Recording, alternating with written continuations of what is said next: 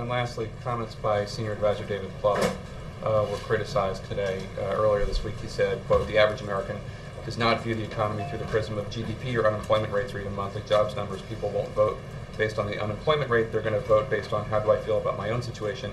Do I believe the president makes decisions based on me and my family?" And Republican frontrunner Mitt Romney said that those comments were he suggested they were out of touch, and he said that if Plough worked for him, he would fire him.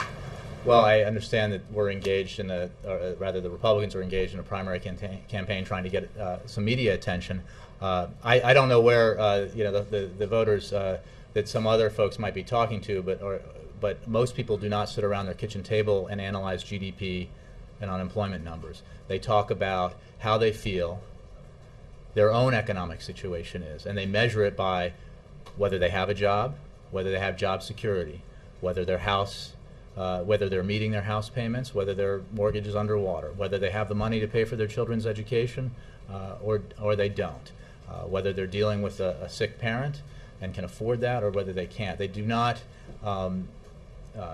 sit around analyzing the Wall Street Journal or Bloomberg to look at analyze the numbers. Now maybe some folks do, but not most Americans.